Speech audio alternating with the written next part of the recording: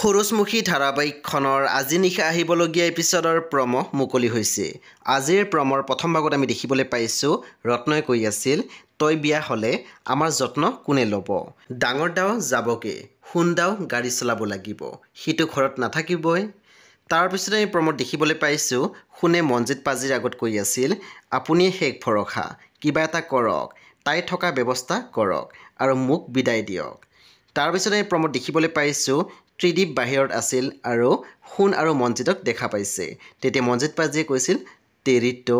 তাৰপিছতে আমি দেখিবলৈ পাইছোঁ ত্ৰিদীপে চিঞৰি সুধিছিল, এই ৰাতিখন দুয়োজনে কি কৰি আছে? সেই বন্ধু বান্ধৱীসকল আজি নিশা ৮ বজাত ৰং টিভিত আহিবলগীয়া সূৰুযমুখী ধাৰাবাহিকখন খুবেই বেছি ইণ্টাৰেষ্টিং হ'বলৈ গৈ আছে। সেই আপোনালোকে চাবলৈ একেবাৰে নাপাহৰিব। পৰৱৰ্তী আপডেটৰ বাবে আপোনালোকে মোৰ চেনেলটো ছাবস্ক্ৰাইব কৰি কাষত থকা বেল আইকন টিপি দিবলৈ একেবাৰে নাপাহৰিব। আৰু প্লিজ আপোনালোকে মোৰ ভিডিঅ' এটা লাইক কৰি দিব।